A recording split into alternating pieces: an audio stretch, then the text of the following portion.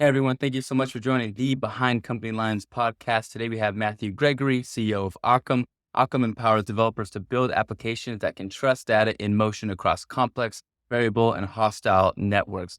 Matthew, I'm so excited to chat with you and not only learn about your background, your experience, which I know you've been through a few different bouts and your experience is extremely wealthy in terms of the knowledge you've gained. And overall, I'm excited about Ockam and what you're working on because it's this interesting cross between technology and community that I think is so fascinating, especially in the world of startups now and today. But off the wall question here. I heard something about you started your career in professional sports. So tell me a little bit about what you learned from that experience and how it led into a career in tech. Yeah, well, it started off as coming out of engineering school, and I was really into sailing at the time. I sailed in college, and I was fortunate enough to kind of jump into sailing at the highest level. And right after graduation, I went down to New Zealand to be part of an America's Cup team, and I ended up doing a couple America's Cups, sailed most of the way around the world in the Volvo ocean race until our boat nearly sunk in the Indian Ocean. So, but that entire time, I had a very technical role on the team. I was doing weather analysis, data analysis, building basically were IoT data logging systems prior to people talking about IoT. You can kind of think of it a little bit Yeah. similar to what you would see if you watch Formula One, that Netflix show that where they're looking at real time data coming off the cars. So I had a very technical role on the team, but it was in the context of professional sports. It's incredible. And I didn't realize how involved the sailing was in that degree. How first of all, how did you almost drown in or was it shipwreck? What happened in the Indian Ocean? I was doing a race at the time. It was called the Volvo Ocean Race, and actually, the latest edition of it is happening right now. The boats just arrived in Cape Town, and they're headed down to the Southern Ocean in about a week to finish their lap around the planet. But we had a structural failure with our keel system, and it was basically the end of our race. We did not sink, but it was a harrowing couple hours while we were attempting not to sink, and eventually made it to Singapore. But that was the end of our adventure around the world. What ended up so you're selling across the world, you're in competition, and what was the inspiration or the catalyst to go into technology? Was it a complete career switch? Was it a segue into the industry? And or did you never leave technology? What was that experience like in transitioning from sports to tech? It was, I guess, kind of looking back, it was a natural progression. It was probably there was a little bit of I was pushed out of sailing and into tech with the downturn 2008 and 9. The sport really Yeah. started shrinking at that point. So, an effort to maintain gainful employment, I ended up joining the team at Weather Underground. I knew, again, weather background, and I ended up building while I was there a developer tool for it was a weather API. So this is early days of API businesses like Twilio and Stripe are getting going at the same time. I guess you could say, unfortunately, I picked weather instead of payments or telecommunications. Smaller, less interesting market from a personal finance point of view, but it was you almost ubiquitously used API if you've seen weather on your phone on Yahoo, Facebook, and Eventbrite. Yeah. That was where people got weather from for almost half a decade. Yeah. And what was you're going through that experience. I noticed you worked at a couple large companies and then you jumped to start Occam. And what was essentially the catalyst or the inspiration to start a company like Occam and work with developers to build more and more tools? Was there something that inspired you at say Microsoft? I know you had a stint there and Salesforce as well, or was it completely an offshoot project? It was a long time in the making, but then it kind of happened really fast when it did. I always wanted to Yeah. start a company, consider myself to be very entrepreneurial. Even I could make the argument that what I did in sailing was entrepreneurial, what I did at Yeah. Weather Underground was entrepreneurial, and even what I did when I was at Microsoft was pretty entrepreneurial, but it was kind of like in a system. As opposed to Yeah. the way people normally think about it as starting filing the paperwork to create a C corp in Delaware. So it was always on my radar, something I wanted to do. I guess you could say, like, to complete my journey, my career. But then there was the, well, what are you going to do? And I always knew I wanted to do something that Yeah. was deep tech, something that I would describe as actually technical, not just something that's using technology. So it was a matter of kind of figuring out what that was going to be. And I happened to, in kind of, I guess, through a little bit of luck and being living in San Francisco, I was able to experience this evolution in technology that was happening kind of from the beginning of cloud up through my time at Microsoft. And there was just kind of this progression of technology that needed to exist to empower developers to keep building distributed applications. And I decided that that was the place for me, and that was how Occam was born. Yeah. What was that experience with just like this, the working with developers? Not a typical kind of B2B or even B2C really. And because I feel like your customers are so involved in the product, even more so than a lot of other customers, especially within the technical component. What's the experience and I guess what do you enjoy and what maybe is what's a challenge of working with developers as well? Yeah, I think of myself as a person that likes tools, even Hmm. woodworking tools, like tools. So as a builder of things, I have like empathy for people that build stuff because I also build things both on in the digital world and also in a physical world. So Yeah. I'm kind of drawn to tools. I guess you could even say it was in my family. My great grandfather moved to Detroit, where I'm originally from, back in the early industrial age, and he was a tool and die maker. So I guess you could say, in some weird way, it's come full circle. But I think I just have a passion for empowering people that build things. So I really like the developer tool space because of that. Yeah. And describe the building process overall and where Occam comes in and why it's so necessary, especially nowadays with I feel like time and time again I'm hearing and just for insight, I run a company that helps developers get opportunities at companies in the US, these developers from South America, and a lot of them are working on open source projects and contributing and working on these tools. And I know how imperative it is for them to work well and be efficient and effective. But I know it's not as perfect as they would hope for, and it continues to improve. What was the process before Occam, and why is Occam so necessary to building tools? Yeah, it's a progression in just what's happening in cloud computing. Like if you kind of take a futurist view of the world, you can imagine machines everywhere talking to each other. Think of how people are thinking about AI. Like you just have these Yeah. distributed applications that are all talking to each other, and kind of insert your, maybe what anyone that's listening to this has kind of thought of the world will look like in 20, 30 years, right? Well, Hmm. it's really difficult just to jump all the way to there. And there are all these little pieces that need to exist. There needs to be the, like, even if you just kind of even go back to the beginning of the internet, just look at the progression. Like have to lay the fiber, you have to build the data centers, you have to have the Yeah. storage, network, and compute to run the processes. You need to be able to move the data. You need to have security. So this is like, it can just only move so fast. And if you look at that arc of how data is moving around between in distributed systems or cloud, Hmm. on-prem, IoT, vehicles, you just kind of think mobile. Yeah. So there was a piece that I saw that was missing and decided to go build a company to go fill in that gap. Yeah. And what was the gap that you saw? And I'll put this in the context of this arc of the story and kind of the view I had of the world at the beginning of Occam. So we already talked about how I started off kind of getting into this developer tool space through the API I built at Weather Underground. I then landed Heroku, which is like an amazing experience to be part of what was going on the earliest parts of cloud. It was around all these amazing, very forward thinking people that had a very developer tool, great experience view of how things should work. And at that time, if you kind of go back to like those early days of Heroku, the concept of cloud Hmm. was, well, you don't need any of the machines anymore. There's an abstraction on top. You could build your application and then just magically ship it Hmm. off to the cloud. And ta-da, you're you have deployed your application into the world. Yeah. Everyone can start using it.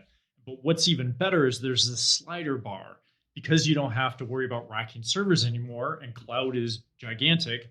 Your app can just scale and scale and scale and scale. And so if you look at all these applications that were built in Ruby and like an early cloud, it was kind of the progression. Well, as it turns out, when you build something the scale of Airbnb or Twitter or any of these applications that were being built at the time, Hmm. you end up with scaling problems. Basically, just the classic problems that people have had with in computer science since forever. So, okay, everyone comes up with this new idea. Okay, here's what we're gonna do. We're gonna have microservices. We're going to take our big monolithic application, we're going to shrink it down into a bunch of little pieces, and then we're going to Yeah. allocate machines to those little pieces, and we'll scale each one of those little things up and down depending on what we need.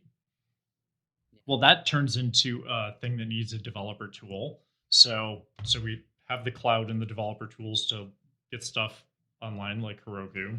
We then have the things to enable microservices like Docker. Well, now we need to orchestrate all these machines. So Mhm. enter the world of Mesos and Kubernetes.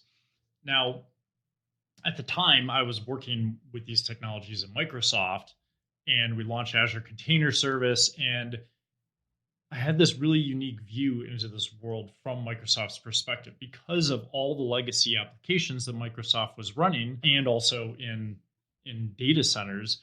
We saw this distributed massive compute problem where people were wanting to run some workloads locally, wanting to run some things in Azure. They might be buying some database as a service that's running over in AWS. So as soon as you take all these microservices and you're not controlling them in a little bubble that is protected where you can run the machines and auto scale them as necessary, and they're distributed all over the Yeah. place. Well, now you have this trust problem. And that was the this kind of, if you take this arc of where we're going and having this interoperability between all machines everywhere doing anything between everyone, well, how are you going to move all of this data around between all of these apps? Like, it's even more complicated because these apps become ephemeral very quickly where they get spun up and down. So how are we going to solve this problem? And that's the problem we went out to go solve at Ockam. And as I said, it was a big problem to go solve. It's deeply technical. It's taken us several years and many millions of dollars and some the smartest people on the planet to go solve it, but we've solved the problem. Yeah. Describe the concept of trust and the importance of having trust, building these tools for developers to use, and also for the ability for the business to grow. Yeah, I think of trust as this. There's a couple mental models I'll run you through. First is we're talking about trust between applications. A lot of people have heard of like the level 1 through 7 and like the internet stack. And the lower ones, we'll call those like the lowest level. Those are the networking layer. Networks aren't secure by themselves, so we need some security. So you have a security layer on top of that.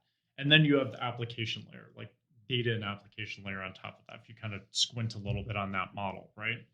Trust, when we're talking about trust, we're talking about application layer trust, as opposed, which is, I think, distinctly different than security. And then the kind of key insight here is to pull on another model to discuss if what we're trying to have is interoperability, and if you think, why is it so difficult for things to in remote places to interoperate with each other?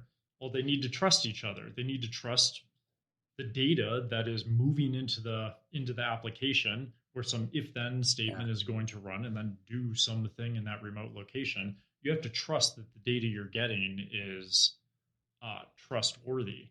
So, Mm. and a little bit of the insight here is, well, how do you create this trust? And that Yeah. is an identity problem. So, in the early days of Occam, we talked a lot about how we were this identity solution.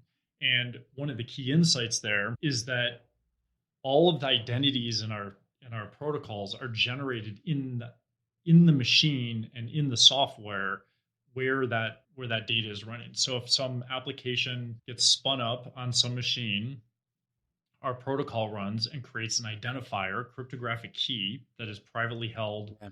in that device and or application. It's only known to that application. And that once you have that primitive, you can start thinking of these other abstractions like setting up secure channels and doing handshake key exchanges between these applications and so on and so forth, and then encrypting the data. We work with Okta and OAuth standards to be able to pull things like authorization rules Yeah. into our protocol. So you start being able to talk about these higher order trust things once you solve the first problem, which is, who am I talking to as another application? Yeah. Like, are you who I think you are? Yeah. And that was kind of the thing that unlocked basically the entire stack for us. Yeah. If you thinking about other companies that kind of rely on trust or rely on this relationship with their customer, what are some things that you've done well or that you've learned from, and also that you've learned from, excuse me, that has helped you build trust not and build community because it's challenging and it's not a consistency issue, but it's also communication. It's having value and high value information and educational component. What are some ways that didn't work out for you, but what are some ways that it worked out for you in terms of building that trust and building that community and to get to where you are today? Oh, you're talking about the people. So this is Yeah, thanks for bringing this up because I think it's as a technologist and engineer, it's easy to get into talking about the tech and how things work, but yeah, the you're kind of hitting on the reason why, probably the biggest reason of the many reasons why I wanted to start Occam is I want to go to work and work with the smartest people in the world every day from diverse backgrounds. And to me, that's the like kind of joy I get out of getting up out of bed and going to work. And so yeah, if you think about this just feedback loop of we're building this team so that we can build tools to enable people so that they can participate in our community so we can learn from them and maybe so that some of them end up joining the team, it just we are just creating this kind of virtuous cycle of yeah, people helping people build, learn. It's very much kind of like, to kind of insert another framework here, it's very much like coming at this from like a growth mindset point of view and yeah. thinking about how we're kind of like together and as a system we're going to like create these new worlds for ourselves. Yeah.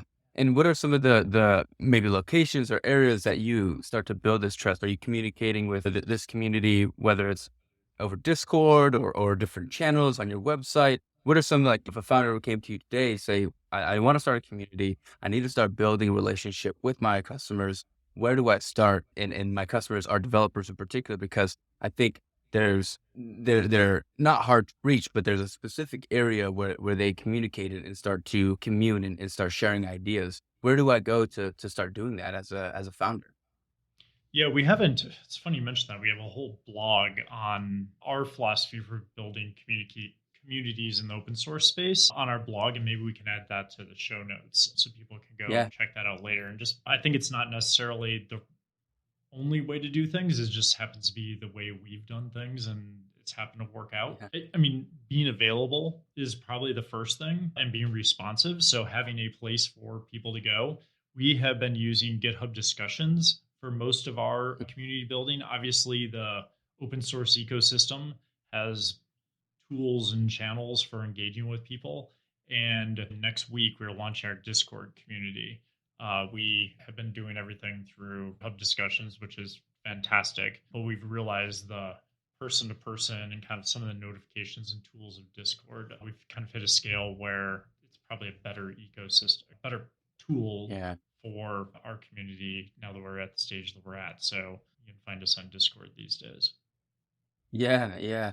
And tell us a little bit about the traction. How many developers are working and building with you, and what not only is excited about the traction from the past few years, but also within this year. What's kind of the target for you and exciting milestones that you're looking to reach this year? Yeah, it's this is one of the paradox of, I guess, being in the open source ecosystem. A lot of people do Yeah. things with your tools, and it's difficult to track. Yeah. So we know who people do the kind of like low calorie thing and like star our repo, which is makes it that's a touch point which allows us to reach out or talk to people. Yeah. People will contribute to our open source code. We've had over 200 people contribute to Occam. Mhm. We kind of do our part by putting out a bunch of easy to digest first issues. We're building our code in Rust, so it's an area where people are learning the language, and we kind of feel like that's Yeah. something as good community stewards to like be thoughtful about issues that we put out so people that are learning Rust can gain some experience and talk to us and do some problem solving with what they're trying to figure out. So we're helping them learn this new language and to help build the Rust ecosystem. So that's kind of, I guess you could say, us and the doing our part. And then there are the Yeah. people that are contact us because they're building something at company and they need help, or classic customer support style things. And Yeah. obviously we we track those just kind of like any other sort of like product organization would.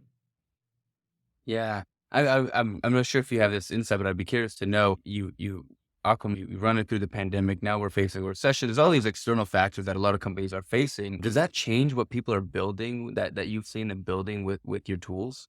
I mean, the to say that the what's going on with the kind of the economic climate, it's the elephant in the room, and I think every Sure. recession's a little bit different. So it'll be interesting to see how this one pans out. I guess I've been through a couple of these, so I'm probably a little bit more pessimistic than most about what the next Yeah. year or two is going to hold for us all. After living as an adult through the dot-com crash, I was out in San Francisco in that before and after that, so that was pretty interesting to watch in real time. Yeah. Went through the financial crisis. I happened to go to business school, graduate a couple of years, 2 years before that all fell apart. So I had really good friends and classmates that were carrying their box of personal belongings out of Lehman Brothers and standing on the corner of Wall Street waiting to take a taxi home for the last time. So yeah, I don't think that we'll see what happens over the next couple of years. Now, having said that, it's kind of the doom and gloom side of me, or the cautious side, I guess you could say. But also, I was at reInvent in Las Vegas about 2 months ago, and I mean, there's just nothing that's going to stop what's going on in cloud Yeah. and like applications that people are building, things going on with AI, interconnecting things. It was like spirits were as high as I've ever seen. And have if you kind of just abstract away when companies like Snowflake and AWS and Confluent, they're talking about their earnings report. I guess it's maybe like negatively affecting the stock price. But if you just look at the scale which they're all operating at and the growth that they still anticipate in a recession, it it's amazing. So Yeah. it's inevitable that there's going to be more applications running in more distributed places, and there will be more developers that need tools to go make that happen. Hub just passed a massive milestone. I can't remember what the exact number was, but the number of developers on registered developers on GitHub, like everything is growing. So it's not going back. Yeah. It's never going to get smaller. So like today is the worst it'll be forever, and tomorrow will be the worst it'll be forever, or the smallest it'll be forever. So Yeah. I guess to pick an industry to be in during a recession, I would say that cloud computing is a great one to be in.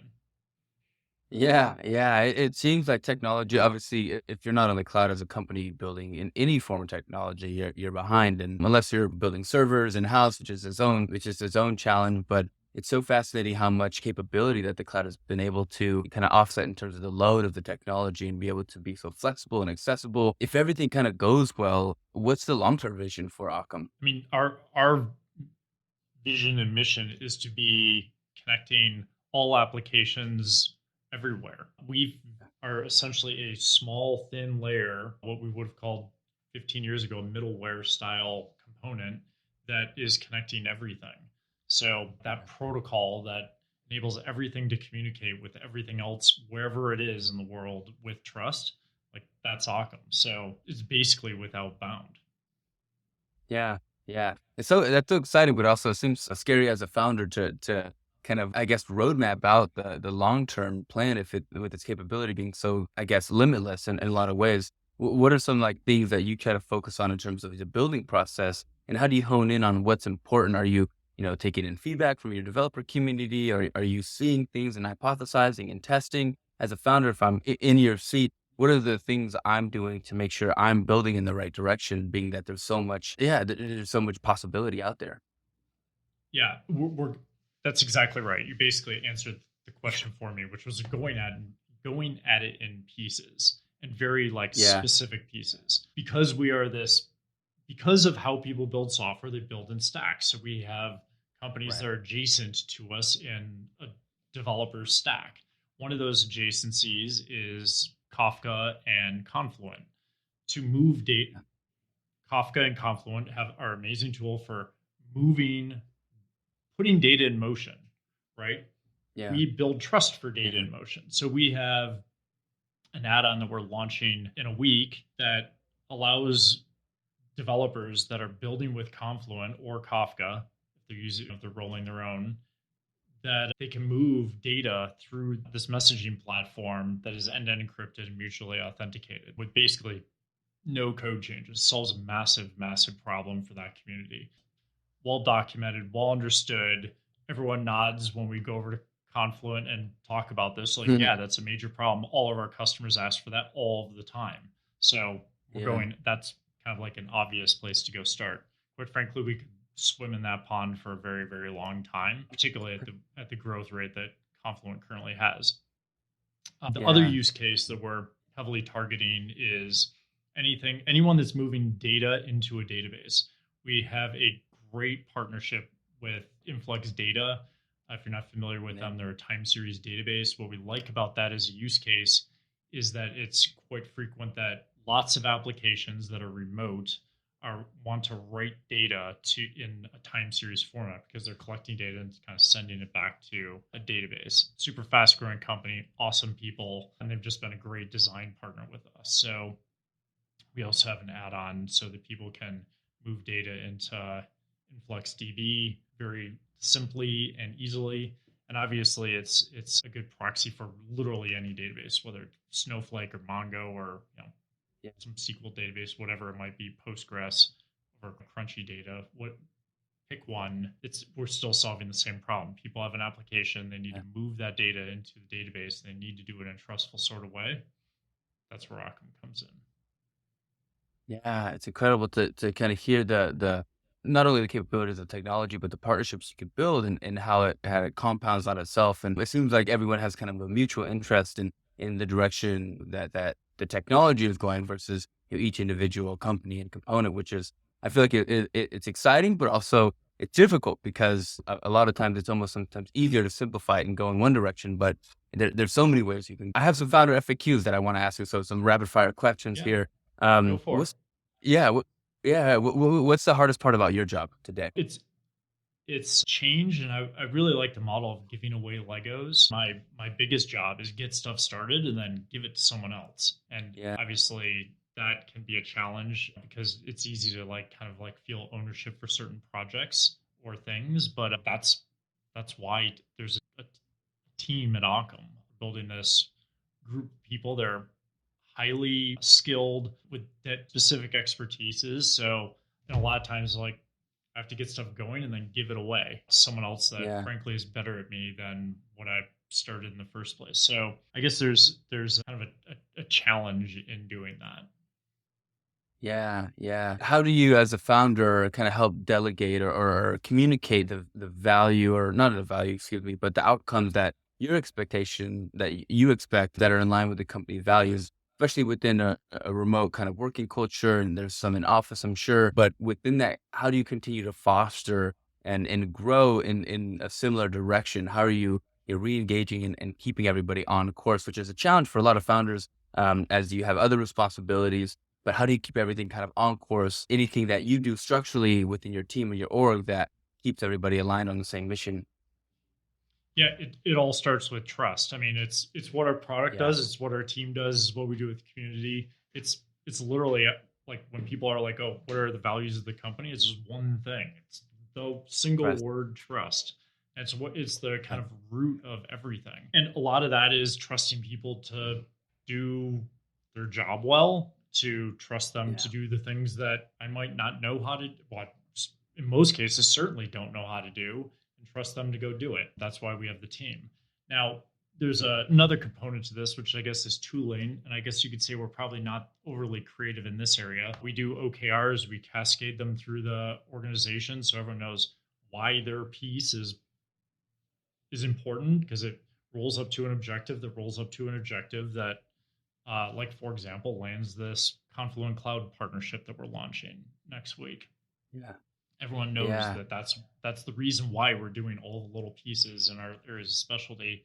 And then we use another model that I really like, came out of eBay originally. It's called RACI. Stands for, we actually have Mm, a little bit of a spin on it. The acronym is responsible, approved. I prefer to say, I think if you're in a situation where you trust people, it's much more about getting alignment because two yeah. people have responsibility for two different things and need to connect together. So it's a matter of Mhm. aligning on if we can do A or B, what are we going to do and why? Let's get aligned on what that is. Yeah. Consulting, when you're surrounded by the smartest people, you have a lot of resources to go figure out what you should do. So if you do the last thing, which is inform, you say, hey, here's a problem or a situation.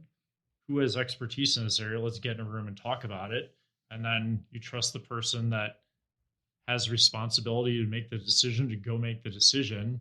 Off they go. So Yeah. those are kind of like the fundamental tools that we use. It starts with trust, OKRs, and then RACI. Those are kind of our big Yeah. tools that we use every day. Yeah.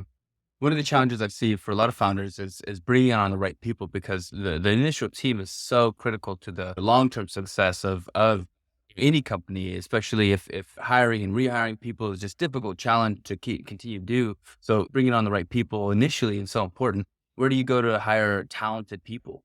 Well, we hire slow and to the point that we are willing to trade off product velocity, Hmm. everything. We will trade everything for getting the right people on the team. It's the most important thing, and we will wait until we find the person that we need for a particular role. Yeah. And how do you define And who that person is?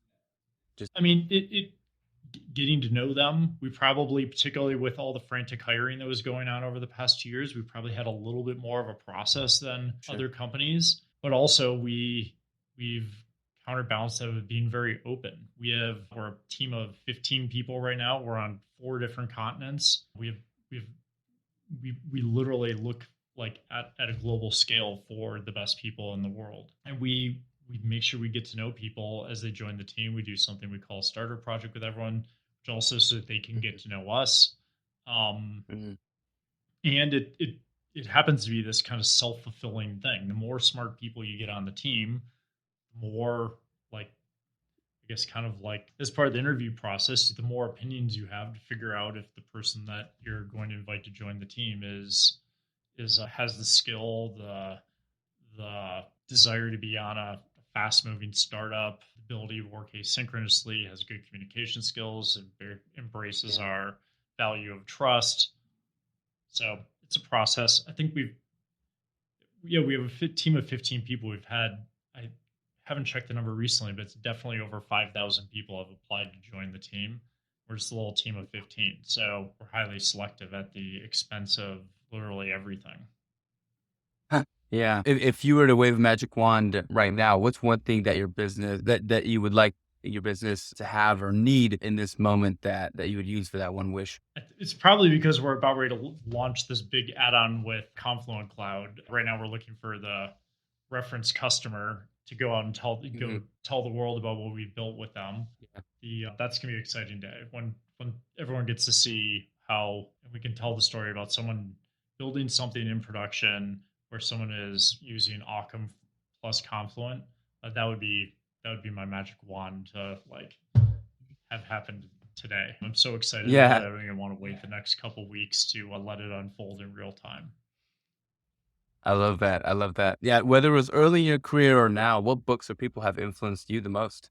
That's a good question because you're conflating people I don't know that wrote books with people I do know that Yeah. heavily influenced me. I'll parse those. I probably would just have to start with the beginning and start with, like, family, friends, people I knew in college, people that supported me and that just, like, gave me the kind of, like, confidence, I guess, to, like, kind of go do big scary things with uncertain outcomes and just kind of rely that Yeah. once I get in the room that I'll be able to figure it out. So, and I think that that very much comes from people I grew up with and around. Yeah. As it relates to books, I really like the 2 books that Ben Horowitz wrote, particularly Hard Thing About Yeah. Hard Things. I think that in particular to kind of draw this to the focus of Behind Company Lines.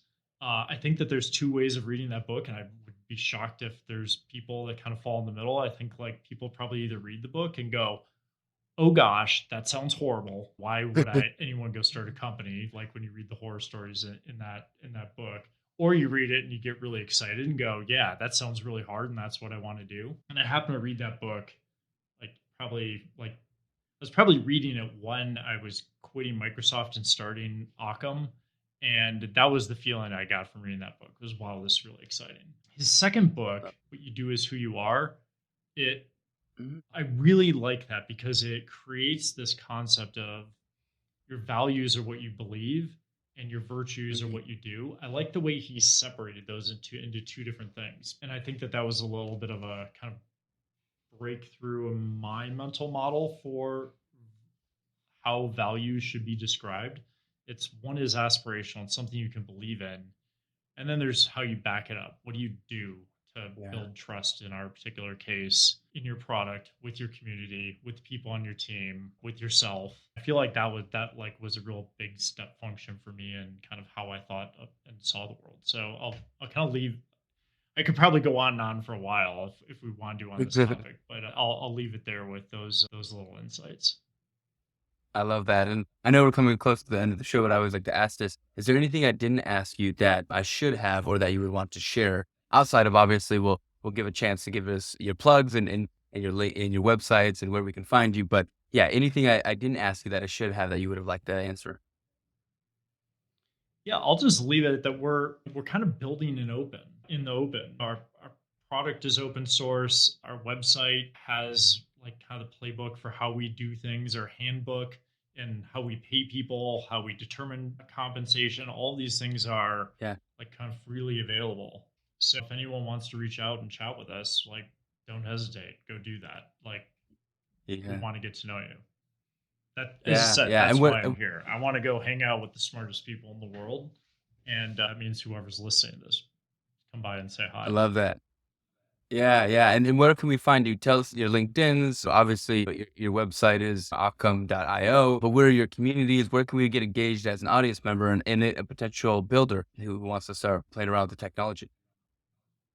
Yeah, so you can find Ockam on GitHub. Obviously, we have discussions there, and there are links to all this on our website. On LinkedIn, I'm Matthew Gregory. So actually, it was one of the things where I actually was able to grab the namespace of my name way back in the day when LinkedIn started. So I'm easy to find on LinkedIn, just Matthew Gregory. And then on Twitter, just Occam CEO. I tweet a little bit less than I used to, but I'm still there. Probably a little bit more voyeuristic about Twitter than contributor at this point, but Yeah. I'm there. Amazing, Matthew. I'm so excited that to share with the audience, not only your story, your background, your experience, but also how you think about building and how you really simplify not only the value of the company, but the what you aim to do with your customer as well, which is that one word trust, as you mentioned. It's so simple, but I think it carries a lot of gravity and you can use it across different orgs. So thank you again for being on the episode. I hope you enjoyed yourself. And again, thanks for being on Behind Company Lines. Yeah, thanks for having me. We'll have Of to do it course. again sometime. Yeah.